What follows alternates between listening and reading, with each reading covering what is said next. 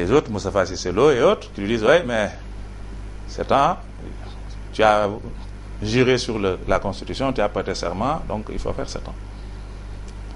Donc il hésite, il dit, bon, d'accord, mais je vais consulter le Conseil constitutionnel.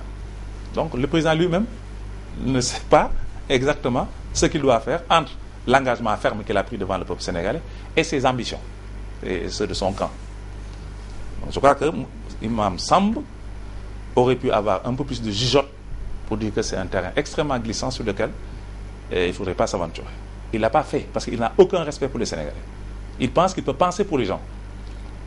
Et moi, ça grandit le peuple sénégalais, cette réaction. Les gens ne le détestent pas, hein. Les gens peut-être même aiment bien M. Macky Sall. Mais il y a des valeurs, il y a des principes sur lesquels il faut être ferme.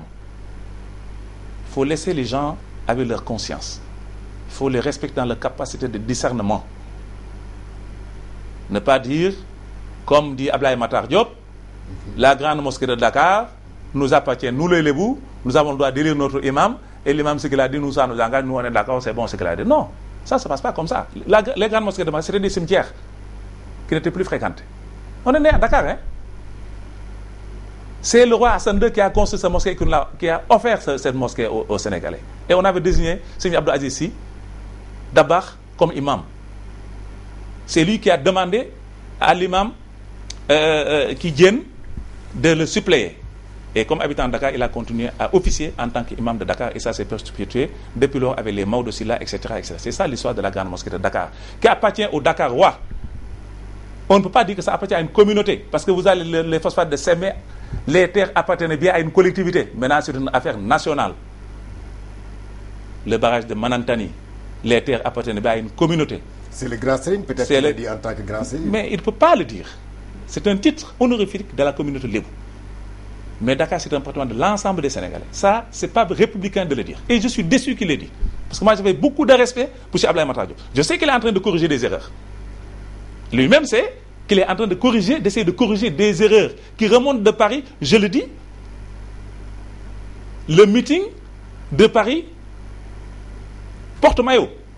Il a eu à tenir des discours devant Marième Faye Sall. Et je m'en tiens à ça. C'est ça qu'il est en train de corriger. Il est libre.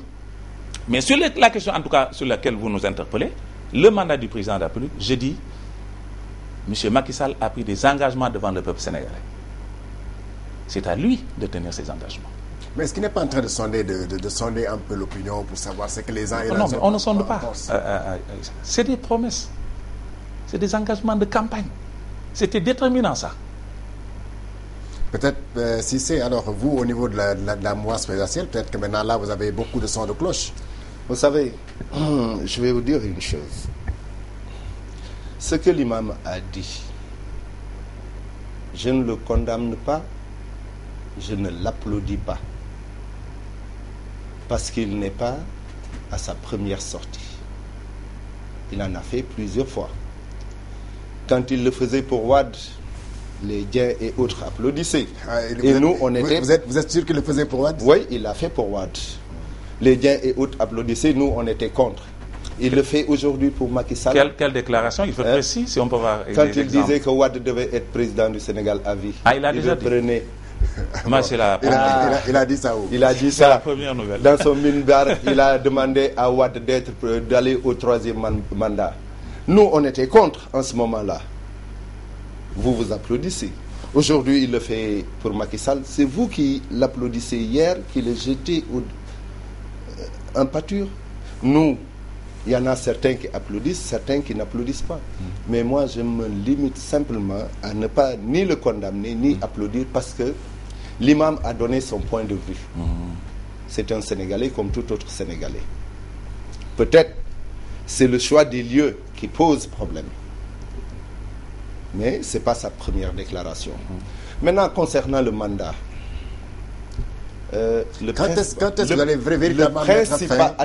principal concerné, que je connais personnellement, qui est un homme d'honneur, et quand il s'agissait de rendre à Wade tout, il l'avait rendu.